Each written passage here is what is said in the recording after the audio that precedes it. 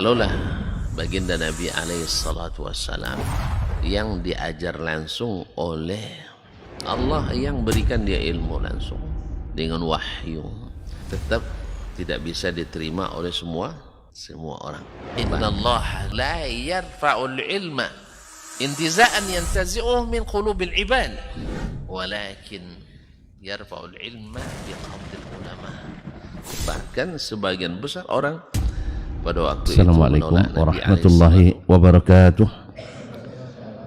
Alhamdulillahi rabbil alamin, wassalatu wassalamu ala sayyidina Muhammadin wa ala alihi wa sahbihi ajma'in, wattabi'ina lahum bi ihsanin ila yawmin yamtazu fi ashabus shimali an ashabil yamin. Asyhadu an la ilaha illallah wahdahu la syarika lah, waliyus salihin wa khaliqul khalqi ajma'in wa razikuhum wa ma min dabbatin fil ardi illa 'ala Allahi rizquha wa ya'lamu mustaqarraha wa mustawda'aha kullun fi kitabim mubin. Wa asyhadu anna Muhammadan abduhu wa rasuluh an-nabiyyus shadiqul amin sallallahu alaihi wa ala alihi tayyibin wa azwajihi tahirati ummahatil mu'minin wa ashabil ghurril mayamin wattabi'ina lahum bi ihsanin ila yaumiddin, amma ba'd. Fattaqullaha ya muslimun fa innahu qad fazal muttaqun ya ayyuhalladzina amanu taqullaha haqqa tuqatih wa la tamutunna illa wa antum muslimun. Bapak dan ibu-ibu, saudara-saudari jemaah salat subuh di Masjid Zaid bin Thabit radhiyallahu anhu Pekanbaru, ataupun yang menyaksikan melalui media atau mendengarkan melalui 91,1 FM dimanapun berada. Alhamdulillah, subuh ini masih bagian kita diizinkan Allah untuk hadir. Mudah-mudahan kita menjadi tamu yang menikmati kehadiran ini dengan rahmat dan kasih sayang Allah, sakinah yang diberikannya, serta mudah-mudahan dikelilingi oleh para malaikat dan dibanggakan di masyarakat atas oleh Allah Subhanahu wa taala. Dan di hujung dari pertemuan ini mudah-mudahan Allah berikan bagi kita ampunan dosa-dosa. Amin. Salawat dan salam kepada baginda Nabi alaihi salatu wassalam, yang ilmunya, warisannya kita selalu bagi-bagi, dan siapa yang dapat warisan ini sesungguhnya dapat bagian yang paling besar. Faman akhadha bi faqad akhadha bi hadzin wafir. Oleh sebab itu tak bosan-bosannya kita untuk menimba ilmu ini, karena semakin didapat maka dia semakin nikmat, dan semakin banyak semakin ringan di bawah. Semoga sahabat bersambung pada keluarganya, para sahabat, para tabi'in, dan siapapun yang mengikuti dan istiqamah di jalannya sampai hari kiamat nanti. Bapak dan Ibu dan kaum muslimin dan muslimat dirahmati Allah Subhanahu wa taala, masih melanjutkan bab hujjiyati al-hadis atau haditsul wahid. Sudah beberapa hadis beliau sebutkan oleh imam kita Asy-Syafi'i rahmatullahi alaih. Kemudian beliau melanjutkan menjelaskan bagaimana Nabi SAW, para sahabat, menjadikan hadis-hadis ahad adalah sebagai hujjah. Sehingga siapa yang mengaku mengikut Nabi, ya harus mengikuti cara Nabi alaihissalatu wassalam. Dan siapa yang ikut hawa, ikut pikirannya, ikut keinginannya, berarti dia tidak serius mengikuti Nabi alaihissalatu wassalam. Seperti banyak dari aliran-aliran Islam yang tidak mau berhujjah dengan hadis ahad, tapi berhujjah dengan hadis palsu. Hadis ahad ditolaknya, hadis palsu dilungamnya. Dilunggam. Kalau dilunggam biasanya nikmat itu. Lama baru ditelan. Enggak tahu ya. Nah, terjemahkan Pak ini. Dilungam. Macam makan bonbon itu dilungam. Nah. Enggak, kalau per kiri kanan langsung ditelan ya. Kalau lungam itu lama. Nah. Qala rahimahullah wa ba'atha Rasulullah sallallahu alaihi wasallam Abu Bakrin waliyan 'alal hajj. Rasulullah sallallahu alaihi wasallam mengutus Abu Bakar waliyan 'alal hajj, menjadi amir hajj. Kalau istilah kita amirul hajj, menjadi pemimpin haji fi sanati tis'in, pada tahun ke-9, yakni setahun pasca Fathu Makkah. Jadi masih baru setahun Makkah di dalam pangkuan Islam. Dan orang-orang musyrikin waktu itu masih karena ada perjanjian sebelumnya, mereka masih boleh masuk Makkah dan masih haji. Iya, masih haji. Nah, masih haji.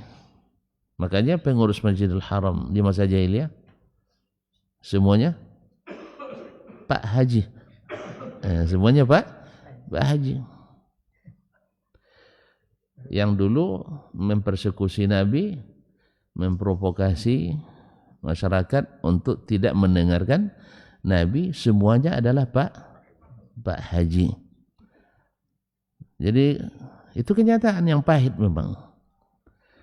Pengurus Masjidil Haram, pengurus Ka'bah, Pak Haji.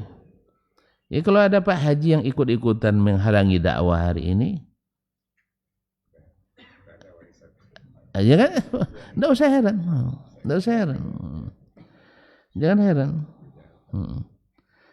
Yang dia halangi kan dakwah kepada sunnah Nabi dan pro kepada kearifan lokal yang tidak didukung oleh dalil.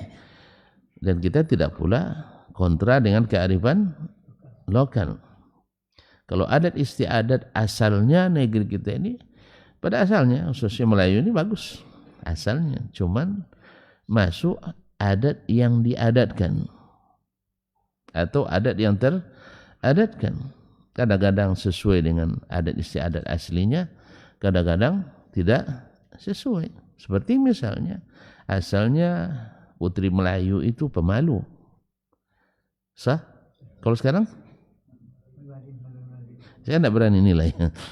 Saya tidak berani nilai. Nilailah sendiri.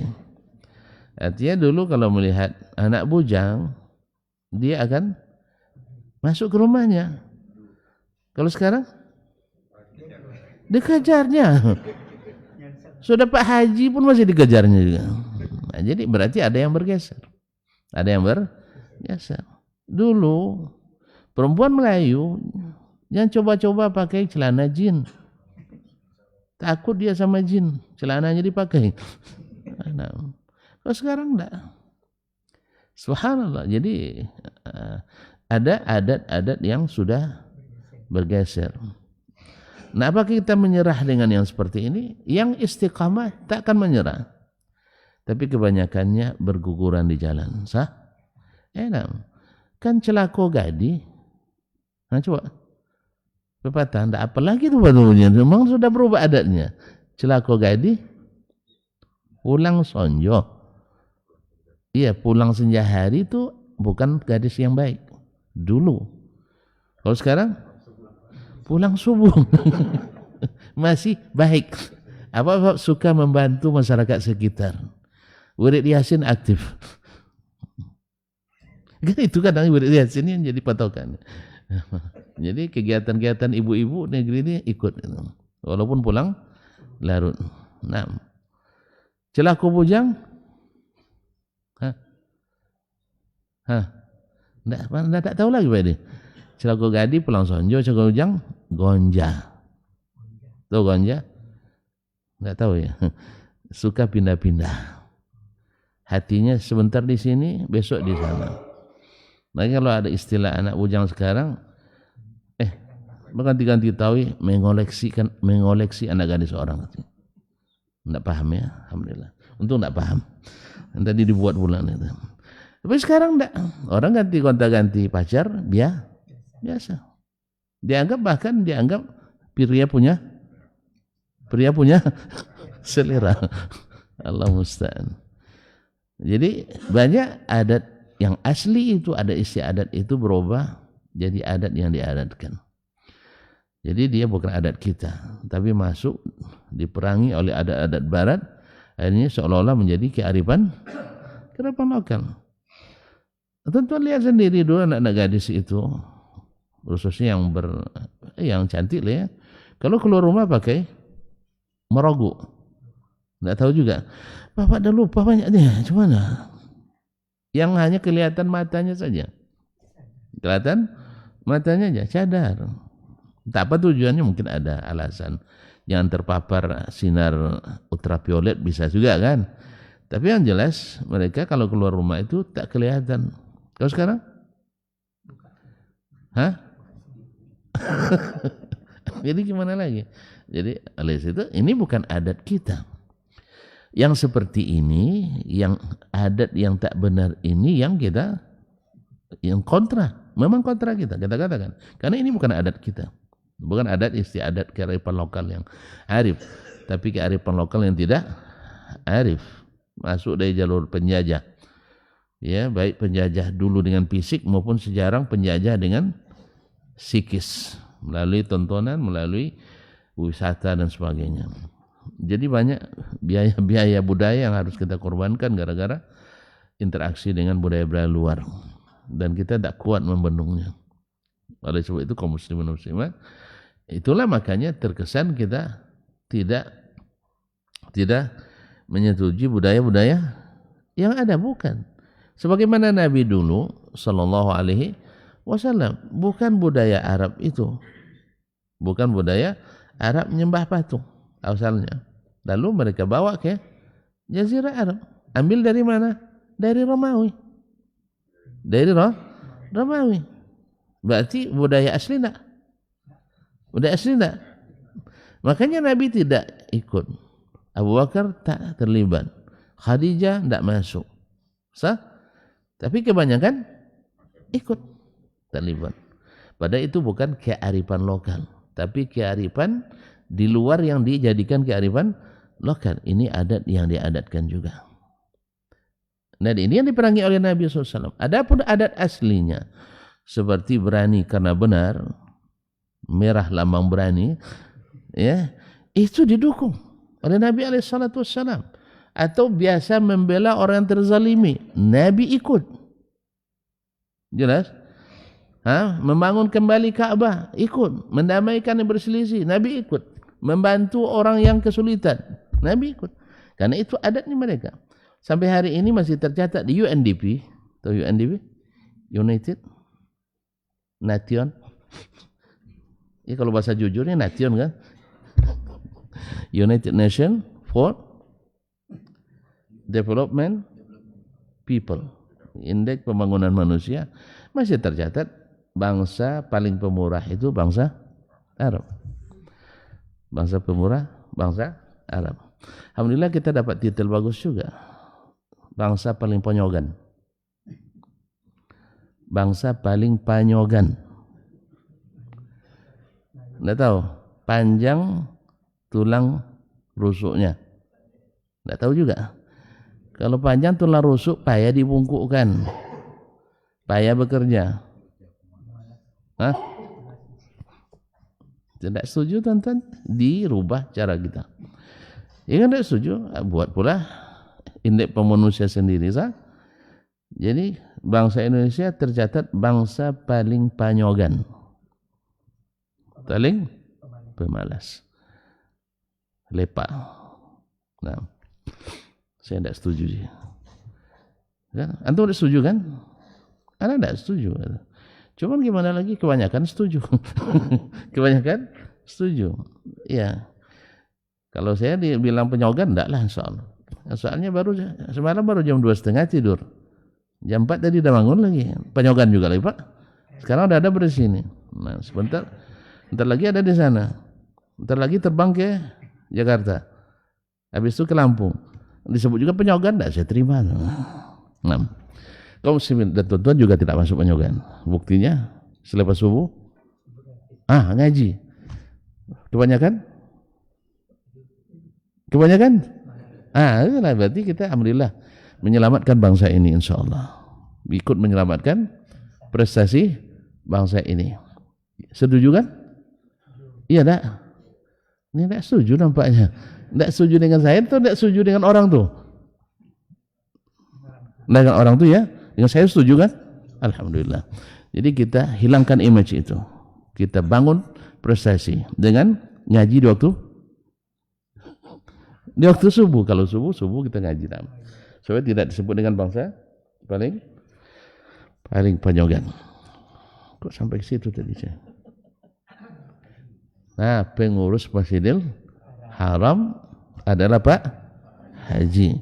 Cuman menghalangi dakwah Nabi sallallahu alaihi wasallam.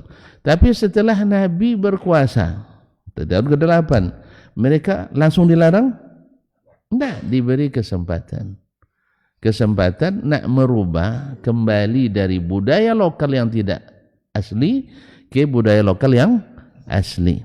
Aslinya orang Mekah bertauhid. Sekarang kalian bawa syirik ke sini. Aslinya orang Mekah hanya mengagungkan Allah. Kalian bawa patung-patung untuk mengagungkan selain Allah, yaitu mengagungkan orang-orang yang sudah dikubur. Maka mengagungkan kuburan bukan aslinya budaya orang Islam. Lalu kita agungkan kuburan sehingga jadi sumber pendapatan asli dayan, PAD. Nah, lalu kita katakan ini kuburan tak pernah ada dalam Islam menjadi sumber penghasilan. Nah, diberi kesempatan, didakwahi supaya jangan mengkultuskan kuburan, karena mengkultuskan kuburan menyebabkan kesyirikan. Walaupun tidak semuanya syirik, kita akui tidak semua syirik. Kemudian yang melakukan syirik juga tidak otomatis kita hukum musyrik. Kan masih ada langkah, masih ingat langkah yang 5 kemarin? Sudah saya sebutkan atau belum? Ada 5 langkah untuk menjatuhkan hukuman orang ini kalau dia buat syirik dikatakan musyrik. Mas, belum ya? Nah, nantilah di bab lain nanti insyaallah. Yang sekarang nanti tidak selesai gaji kita. Jadi kaum muslimin dan muslimat tidak seperti tuduhan orang-orang yang tidak berilmu itu tapi punya hawa, ingin menjatuhkan orang.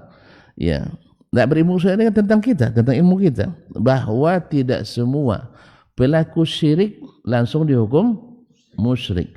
Sebagaimana tidak seluruh pelaku bid'ah otomatis menjadi mubtadi'. Sebagaimana pelaku fasik atau kefasikan tidak otomatis dihukum fasik. Ada 5 stasiun yang harus dilewati. Masing-masing stasiun tiketnya beda. Yang sembarangan. Yang sembarangan itu adalah khawarij. Yaitu asal ada orang buat kekufuran, langsung orang dihukum kafir. Ada yang buat syirik, otomatis musyrik. Ada buat dosa, langsung fasik. Itu khawarij. Karena mereka tidak bisa membedakan antara khawarij dengan ahlu sunnah, akhirnya mereka menyamakan sehingga kita dituduh khawarij. Itu saya dengar syekh mereka yang besar-besar di Timur Tengah mengatakan itu. Puncak daripada terorisme, radikalisme adalah tidak mau menerima perbedaan. Sekarang yang tidak mau menerima perbedaan siapa sebenarnya? Yang suka membubarkan siapa? Yang menerima perbedaannya. Yang membubarkan kajian-kajian, yang menerima perbedaan atau menolak itu? Tuh. Apa yang kena bubarkan aja tertuduh. Coba buktikan Anda menerima perbedaan. Nak ngaji kita itu bolehkanlah. Nah, apalagi milik bersama kan? Apalagi milik bersama. Jangan dipaksa Zaid bin Sabit. Sabit orang ini punya. Dia bukan milik bersama. Ya, ada masjid-masjid dibangun oleh orang pewakaf pribadi. Itu harus mengikuti syaratnya. Tapi ada yang wakaf umum. atau ada milik pemerintah, berarti milik bersama. Jangan gara-gara beda perbedaan antum melarang orang ngaji. Apalagi kalau melarang orang ngaji di masjid yang mereka bangun sendiri. Dan tidak jarang merebut masjid yang dibangun oleh orang yang ngaji, direbut oleh orang yang tidak ngaji. Sah? Tapi yang tertuduh tetap Wahabi. Pokoknya apa yang salah pasti Wahabi. Allah musta'an. Ala kulli hal. Memang dulu jangankan kita, Nabi pun difitnah. Nabi pemecah belah umat. Nabi kejam. Nabi tidak bisa menerima perbedaan. Akhirnya Nabi harus meninggalkan negeri tempat lahirnya, tempat tumbuh kembangnya, leluhurnya, harus pindah ke Madinah. Setelah balik ke Mekah, menguasainya, lalu dihabisi orang itu, tidak diberi waktu. Jadi masih bisa lagi Pak Haji musyrik masih tetap masih boleh haji. Masih haji di tahun ke-9. Tapi itu adalah akhir dari perjanjian. Akhir daripada perjanjian, dan semua perjanjian yang dibuat sebelumnya sudah dibatalkan. Tapi tidak langsung diumumkan tak boleh haji, tidak. Besok tahun depan tidak ada lagi orang musyrik yang haji. Jelas? Jadi ada waktu. Jadi menjelang tahun depan orang tu berpikir kalau nak haji mesti tinggalkan syirik. Karena haji itu lambang tauhid. Bukan tak boleh ada syirik di dalamnya. Tapi gara-gara bawa kearifan luar, dia jadikan jadi kearifan lokal, akhirnya hajinya menjadi haji syirik. Jelas? Beda kan? Cara Nabi menangani dengan Pak Haji jahiliyah menangani. Kalau Nabi yang menangani, tidak diberi kesempatan. Selepas itu diberi pengumuman dan pengertian bahwa kalau nak haji tahun depan harus mengikut aturan Allah dan Rasulnya Sallallahu Alaihi Wasallam. Maka tahun depan tak boleh haji orang syirik lagi. Tak boleh naik haji orang musyrik. Tapi sebelumnya haji musyrik aja semua. Nah, Allah musta'an. Kenapa saya mengatakan haji? Karena haji itu jadi isu terbesar kita. Sah? Lebih besar pada isu salat. Kalau sempat, macam kena COVID kemarin. Tidak sedikit tekanan kepada pemerintah Arab Saudi. Dikatakan mereka orang zalim, dikatakan mereka tidak jalankan syariat Islam. Banyak. Tentu karena tidak paham aja bahasa Arab. Hujatan dari sesi besar dari dunia Arab sendiri yang mengkritisi, emangnya masa lebih takut sama COVID daripada Allah Ta'ala, katanya. Itu. Belum lagi tuduhan bahwa ulama Arab Saudi itu tunduk pada pemerintah saja. Ulama Arab Saudi tidak berilmu, tidak paham keadaan, tidak paham usul fikih, tidak paham macam. Saya bilang, yalah. Jangankan ulama, Nabi juga dibilang tidak paham. Oleh orang yang tidak paham, itu masalahnya. Jadi oleh itu kaum muslimin dan muslimat mati Allah SWT, apalagi yang ulama yang memang tidak maksum. Tetapi coba hanya 3 tahun jadi isu, Masya Allah. Jadi isu tidak becus mengurus tanah haram. Awak ngurus masjid 3x3 aja payah. Allah musta'an. Taib. Kemudian wahadarul hajju min ahli buldanin mukhtalifah. Dan datang pada tahun ke-9 itu jemaah haji dari berbagai negeri. Nah, wa syu'ubin mutafarriqah, dan dari bangsa-bangsa yang berbeda. Nah, fa'aqama lahum manasikahum. Lalu Abu Bakar mendirikan bersama mereka manasik haji. Wa akhbarahum an Rasulillah sallallahu alaihi wasallam bima lahum wa ma alaihim. Abu Bakar diberikan amanah oleh Nabi menyampaikan sunnah yang mesti mereka kerjakan atau yang menjadi hak mereka untuk dilaksanakan. Apa yang menjadi hak mereka di masa haji dan apa yang wajib mereka laksanakan. Hak mereka misalnya yang menjadi hak mereka, siapa yang tidak sanggup untuk misalnya memakai pakaian ihram karena ada penyakit misalnya, maka boleh bertahallul dan membayar atau memakai pakaian biasa dan membayar ini. Ya, jadi apa yang artinya apa rukhsah mereka? Yang sakit misalnya, apa rukhsahnya? Boleh tawaf ditandu atau dan sebagainya. Atau tidak bisa melontar, bisa diwakilkan. Tapi tawaf tidak bisa wakilkan ya. Melontar bisa diwakilkan. Dan apa yang mereka, misalnya siapa yang melakukan ini pahalanya begini, siapa yang melakukan ini, mana yang, pokoknya semuanya disampaikan oleh Abu Bakar sebagai Amirul Hajj dari Nabi SAW. Kemudian setelah itu di belakang Abu Bakar, setelah Abu Bakar berangkat, ada sesuatu yang harus disampaikan oleh Nabi SAW.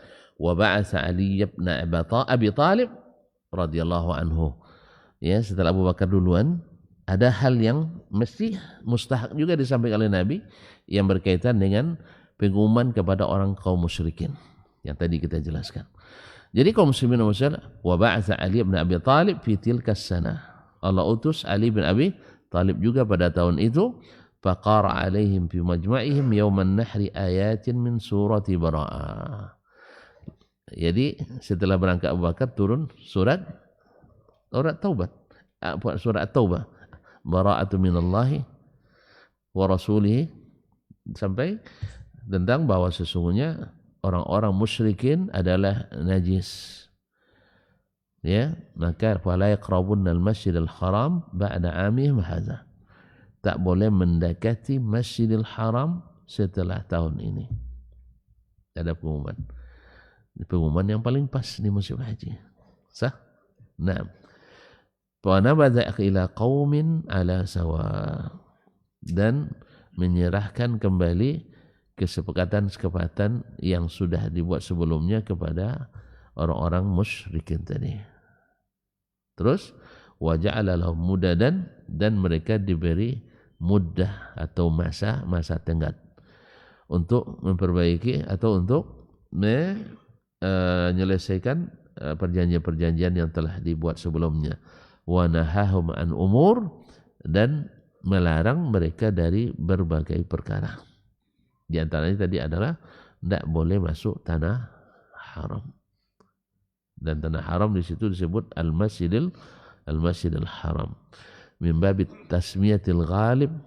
Nah, karena ghalibnya yang terkenal situ adalah Masjidil Haram, sehingga tanah haram disebut al-Masjidil Haram. Dari sini ulama berbeda juga pendapat nanti masalah apakah hukum salat di Masjidil Haram sama dengan salat di tanah haram atau sebaliknya. Apakah salat di seluruh Mekah masuk tanah haram sama dah hukumnya dengan salat di Masjidil Haram? Sebagian ulama mengatakan berdasarkan ayat ini Allah menyebutnya sebagai al-Masjidil Haram. Maka boleh salat di manapun di Mekah dapat pahala lebih dari 100.000 kali salat. Tapi jamaahir ulama pada umumnya mengatakan bahwa yang dimaksud dengan 100.000 kali salat itu di Masjidil Haram, di masjidnya. Adapun penamaan itu adalah membabi tasmiyatil ghalib, artinya orang kalau disebut Masjidil Haram maka tanah haram itu terangkat. Bukan itu namanya Masjidil Haram, bukan. Sahih? Jadi ada istilahnya suatu tempat itu dikenali dengan ikon tertentu sehingga disebutlah itu tanah misalnya Kota Pekanbaru, Kota Berkuah, disebut Kota Bertua. Yang Kota Pekanbarunya yang mana? Masuk Panam? Enggak. Asli Kota Baru enggak masuk Panam. Tapi sekarang masuk Panam, maka disebut Panam sebagai Pekanbaru. Tapi yang Kota Panam enggak. Buktinya orang Panam mana Pak? Ke kota. Sahih? Di mana Ustaz? Ustaz di kota. Berarti Panam sebenarnya tidak masuk Kota Pekanbaru. Walaupun sekarang sudah masuk lingkup Kota Pekanbaru. Jelas? Ya sebenarnya ini tanah Panam ini tanah orang Kampar ini ya. Ya harusnya ada harus kompensasi sebenarnya.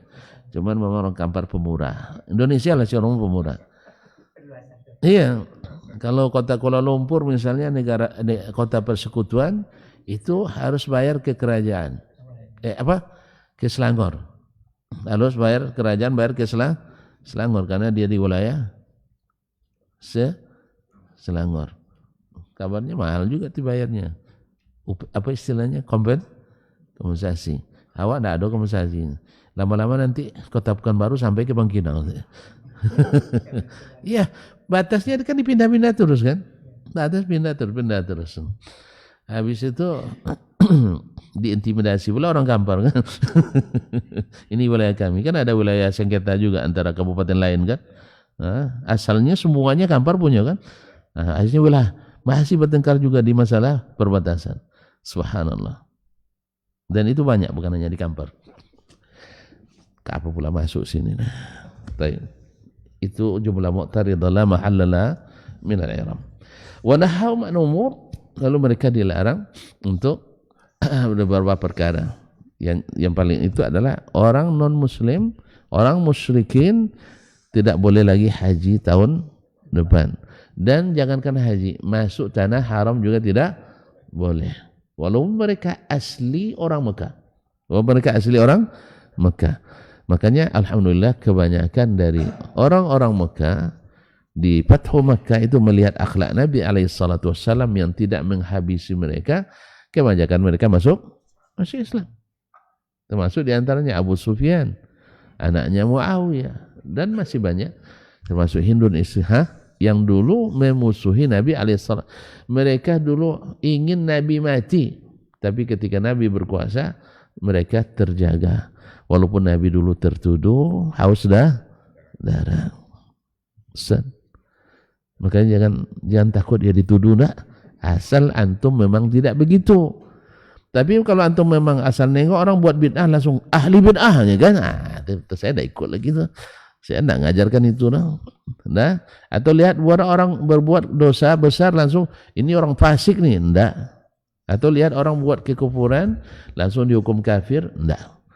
Karena seperti yang kita pelajari juga di sebelumnya, karena harus dibedakan orang kafir asli dengan orang yang dikafirkan karena perbuatannya. Itu tidak sama. Yang kafir asli tidak sama dengan orang yang dikafirkan karena kesesatannya. Karena ini yang bersyahadat. Kalau yang tadi menolak syahadat. Makanya harus 5 stasiun harus dilewati. Mau tahu nanti saja, jangan sekarang. Selesaikan ini dulu. Nah, kaum muslimin dan muslimat rahmati Allah SWT. Kana Abu Bakr wa Ali. Nah, di sini saksinya. Kenapa kisah ini disebutkan? Bahkan Abu Bakr wa Ali, Abu Bakar dan Ali radhiyallahu anhuma ma'rufaini, dikenali inda ahli Makkah, di kalangan ahli Makkah. Jadi Abu Bakar sebagai Amirul Hajj, Ali sebagai boleh dikatakan wakilnya lah, karena disuruh oleh Nabi menyusul menyampaikan pesan-pesan Nabi alaihi salatu wassalam. Dikenal dengan apa? Bil fadli, orang yang terpunya keutamaan, kemuliaan, terpandang. Wad dini, dan istiqamah agamanya. Abu Bakar orang pertama masuk Islam, Ali orang pertama masuk Islam, tak berubah sampai sekarang. Bahkan setia, siap mengorbankan nyawanya.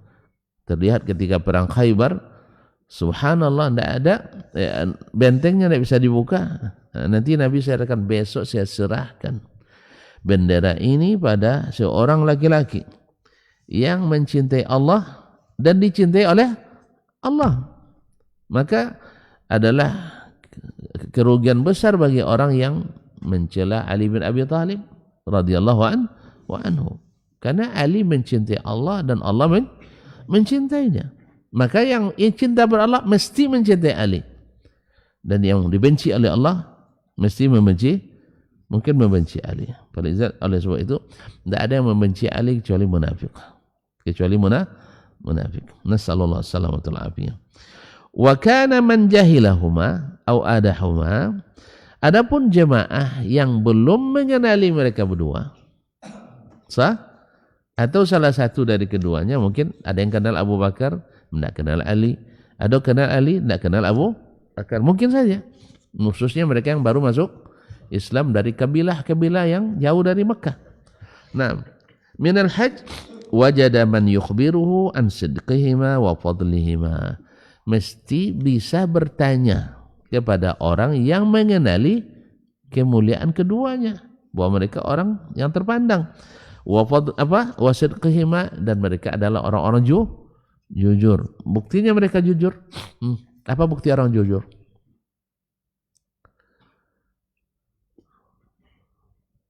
Ada nengok semua. Orang jujur itu pemberani. Orang jujur pemberani. Ali terasa olehnya kebenaran Nabi. Maka saya harus ikuti. Cuman ada pengganjal, ayah tidak ikut. Tentu saya nak tanya ayah dulu. Dibilang sama Nabi, ya Muhammad, uridu an uslim. Saya ingin masuk Islam. Cuman ayah kan belum. Segan saya sama ayah, tanya ayah dulu. Kata Nabi SAW, tidak usah tanya ayahmu. Loh kenapa? Ini urusan iman ini tidak ada sangkut paut dengan ayah. Sah? Harus izin ayah dulu? Beriman tidak mesti ikut ayah dulu. Kata Nabi, ayahmu itu tidak berani, yarhamukallah, mengambil keputusan. Orang tak berani mengambil keputusan, tidak bisa dijadikan tempat bertanya. Atau kalau nak berdagang, cari orang gagal atau orang berhasil? Orang berhasil. Karena orang berhasil itu bukan tak pernah gagal, tapi berani gagal.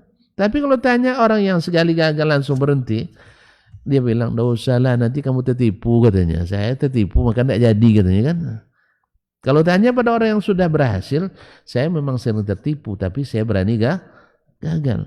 8 kali saya tertipu, yang ke-9 baru berhasil, katanya. Coba bayangkan, 9 baru berhasil. Semangat lah kita. Awak baru 5 kan? Kan baru 5 gagal. Comel jadi orang kaya. Masih ada 4 percobaan lagi. Pokoknya saya tidak akan mundur, saya coba lagi. Asal ada kesempatan. Gagal sampai 9 kali, berarti menyerah. Ini takdir saya, tak jadi orang.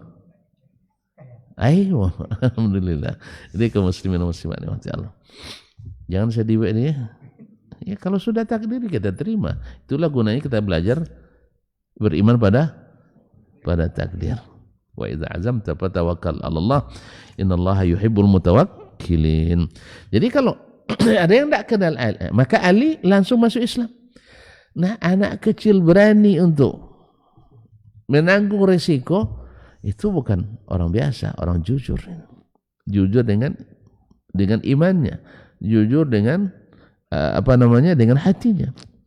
Kalau orang tak jujur, itulah hati mau tetapi tak berani. Makanya antara sifat berani selalu ditandingkan dengan sifat benar. Apa kata orang? Pepatah kita, berani karena benar, takut karena salah. Makanya merah itu berani, putih itu suci. Jadi orang yang bersih hatinya mesti pemberani. Tapi kalau hatinya tak bersih, mesti penakut. Nah, walaupun berkibar merah putih depannya tapi penakut, berarti orangnya tidak suci, tidak pemberani. Allahumma musta'an. Kaum muslimin dan muslimat. Jadi Ali berani. Makanya dalam doa yang diajarkan Nabi salah satu, a'udzubika minal jubni wal bukhl. Aku berlindung kepadamu dari sifat pengecut dan kedekut. Sebab orang kedekut itu orang penakut. Sahih? Abu Bakar penakut atau bukan? Dia siap mengorbankan seluruh harta dan jiwanya. Ali penakut atau bukan? Tidak, dia siap mengorbankan jiwanya. Besok setelah bangun pagi dilihat oleh Nabi para sahabat pada ingin dapat bendera itu karena dapat cap Allah mencintainya. Dia mencintai Allah, Allah mencintainya. Ternyata Ali tak terlihat. Di mana Ali? Subhanallah. Nabi kan bukan karena menantunya, Pak. Ini karena wahyu yang Allah turunkan kepada ini, perintah Allah yang harus dilaksanakan. Ternyata yang dapat pilihan adalah menantu, sepupu pula. Sah? Kalau sempat Abu Bakar suka tersinggung, awak yang di depan hidungnya lain pula tunjuknya kan. Makanya tak boleh tersinggung. Kalau terpilih kawan, ingat, terpilih kawan tak boleh hasad. Berarti bilang saja itu kawan saya. Kalau berkawan sampai pemberani, kalau kawan kita orang baik, kita dibilang orang baik itu enggak. Makanya tak perlu hasad. Jangan takut timpit gelombang. Umar pun tak bilang, ini mentang-mentang menantunya kan. Ada gitu? Enggak. Karena masing-masing ada bagiannya. Sehingga mereka, Abu Bakar tetap nomor 1. Umar tetap nomor 2. Walaupun dalam prestasi mereka berbeda. Ketika Khaybar, Ali dapat keutamaan itu. Makanya jangan bingi. Tahu bingi? Hasad. Jangan dengki. Nah, karena nikmat itu untuk bersama. Sahih? Makanya berpositif thinking aja. Kenapa dia terus yang dapat? Oh, itu kawan saya tuh katanya. Kan itu. Enggak dapat juga jadi kawan tuh orang kampung saya. Enggak juga tuh kemenakan jauh tuh. Bilang. Jadi kita ambil nama dari kebaikan itu. Jangan terbakar oleh rasa hasad dan dengki. Jelas? Maka dicari Ali. Mana Ali? Ternyata dia sakit mata. Maka Nabi bacakan tiup di matanya. Alhamdulillah dengan izin Allah sembuh. Dengan izin Allah sembuh. Lalu serahkan bendera. Maka kata Nabi alaihissalatu ala rislik. Jangan tergesa-gesa Ali. Kenapa tergesa-gesa? Jangan semangat membunuh. Itu maksudnya. Sebab apa? Alasan la ayyahdiyallahu bika rajulan wahidan. Masya Allah. Perang Islam itu untuk mengantarkan hidayah. Bukan untuk menumpahkan darah. Jadi makanya berhati-hati. Jangan tergesa-gesa. Kalau mereka menyerah, itu yang kita inginkan. Apalagi mereka bersyahadat. Kalau mereka menyerah, Islam melarang kita menyiksa tawanan. Kalau mereka bersyahadat, Islam melarang memaksakan agama. Itulah Islam, perang dalam Islam. Bukan untuk balas dan dendam. Dan ini yang dibuktikan oleh Nabi. Dibuktikan oleh para panglima kita yang mengikuti Nabi dalam peperangan. Caranya. Sahih? Alhamdulillah. Tapi orang lain dah. Kalau kita yang menjadi korban, habis. Ya. Mungkin contoh teranyar sekarang misalnya. Bashar al-Assad di Suriah dulu. Habis penyiksaan yang luar biasa. Ya, penghancuran auzubillah terhadap al-sunnah. Tapi sekarang nampak kan? Subhanallah. Subhanallah ya nih. Semalam saya dengarkan sambutan pemimpinnya Ahmad Syara. Hafizahullah. Dia katakan, selama kita masih mampu untuk tidak menumpahkan darahnya, kita tidak akan tumpahkan. Tapi orang-orang zalim, pentolan-pentolan yang dapat harus penjahat perang, kan ada hukumannya kan? Boleh ditinggalkan? Nah, ini penjahat perang. Otak-otaknya. Na'udzubillah. Tapi yang masyarakat, tentara biasa, polisi biasa, mereka sebenarnya korban perintah aja. Korban perintah. Na'udzubillah.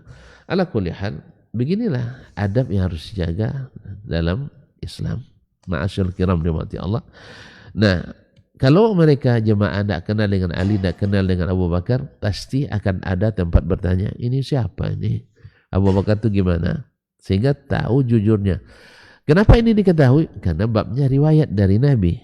Karena Abu Bakar bicara atas nama Allah dan atas nama Nabi. Ali bicara atas nama Allah, atas nama Nabi. Orang ini jujur atau tidak? Tentu kita bertanya ke yang mengenalinya. Ya tuan-tuan nak nanya, Ustaz mana ya boleh belajar di Madinah, kan itu kan? Tentu tuan-tuan pergi ke Universitas Islam Madinah. Tanya, oh ada nomor registrasinya. Tanya dengan dengan pegawai di Fakultas Hadis misalnya, semuanya kenal misalnya kan, kecuali yang baru-baru barangkali. Sah? Ternyata dekannya kawan seangkatannya. Sah? Nah, atau adik tingkatnya. Atau jalan lagi ke rektorat. Banyak juga yang kenal. Itu masih ragu juga. Masih ragu juga. Kan ada yang bilang, Inyuru dulu belajar rapurnya. Baiklah kandang untanya. Ada juga yang fitnah kayak gitu. Iya. Tidak tahu. Ada kisah tuh. Ada kawan kita LC ikut tes ISN. Dulu kan pegawai PNS tuh. Pas di BKD di satu daerah. Saya bilang lah di Kampar memang. Apollo LC dongnya. Dia cerita sama pegawai itu kan, pegawai rendahan, memang staf-stafnya di kantin itu. LC itu. Yang satu menjawab, walaupun tidak berilmu tentang tahun LC itu katanya. Dia ada kuliah, ada habis 14 semester, tidak juga tamat-tamat katanya. Akhirnya dipaksa tamat, dikasih gelar LC. Lalu terdengar oleh adik saya di kantin tuh, dia kan ikut tes PNS juga. Woi kamu jangan sembarangan katanya. LC itu gelar tak dapat kecuali di luar negeri. Nah, kalau gitu tuh ketua MUI Kampar tuh LC itu katanya. Iya kata MUI, guru kita Dr. Mawardi kan ketua MUI Kampar kan dari dulu sampai sekarang. Beliau tuh sebelum mendapat dokter harus LC dulu. Nah, itu. Nah, cuma kadang-kadang jarang saya lihat dia pakai gelar LC, mungkin takut ya. Dibilang 14 semester tidak tamat. Tamat. Harusnya dipakai. Maka saya sejak itu saya bilang kalau saya disebutkan dengan gelar LC tak boleh tinggal. DR boleh tinggal. MA boleh tinggal. Karena DR durian bisa dapat di mana-mana. MA mangga bisa juga dapat di sepanjang tahun. Tapi kalau laici susah nyarinya. Kalau laici susah nyarinya. Di sini paling yang kalengan cuma kan. Kalau ada LC di sini asli kaleng-kaleng tuh. Kalau kita asli laici, laici natural, asli gitu. Kalau yang asli kan jarang dapat di sini. Ada. Luar negeri dapatnya. Makanya kalau tuan-tuan sebut saya dengan gelar, LC tak boleh tinggal. Sering saya ralat itu. Ya, MC-nya bilang, Dr. Dasman Yahya Ma'ali MA. Salah saya bilang. Harus ada LC-nya. Nah, harus ada LC-nya. Atau cukup Dasman Yahya Ma'ali LC. Sudah cukup itu. Nah, daripada durian. Aromanya pun beda kan. Kalau sendawa durian, a'udzubillah. Tapi kalau sendara leci, alhamdulillah. Nah, itu jadi oleh sebab itu leci itu isinya bagus. Dan harganya mahal. Kalau durian ada yang mahal, ada yang murah ya. Yang mahal luar negeri juga nampaknya ya. Musangking, Bawor apa Bawor? Bawor terus montong luar negeri juga rupanya. Mohon maaf. Saya hanya bercanda saja.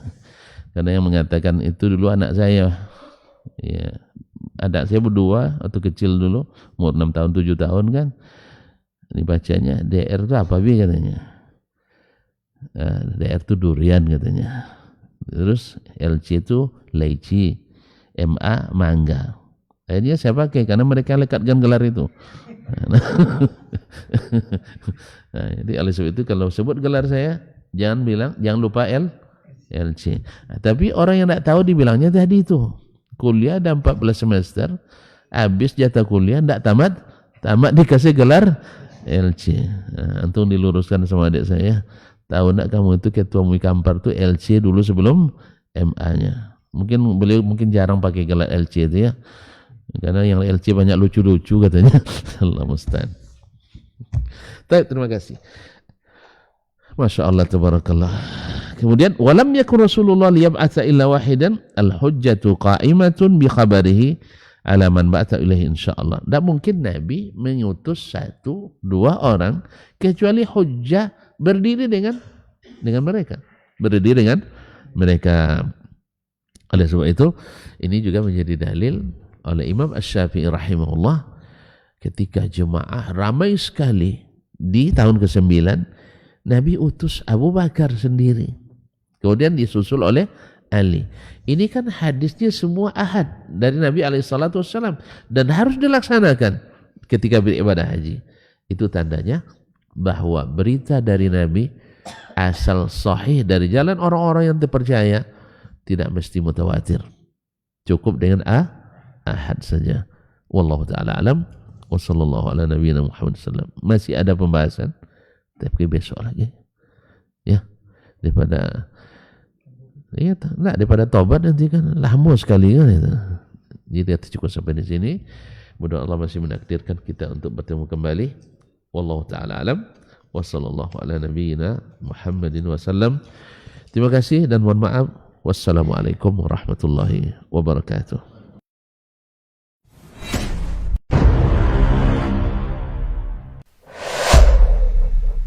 Dunia dan seisinya ini bagi Allah tak sama nilainya dengan sebelah sayap lalat. Barang siapa yang beramal untuk akhiratnya, Allah akan cukupkan baginya urusan dunia. Sayati zamanun 'alan nasi as-sabiru fihim qalqabit al-jamarah. Akan ada satu masa di akhir zaman yang berpegang teguh dengan agamanya seperti orang yang sedang memegang bara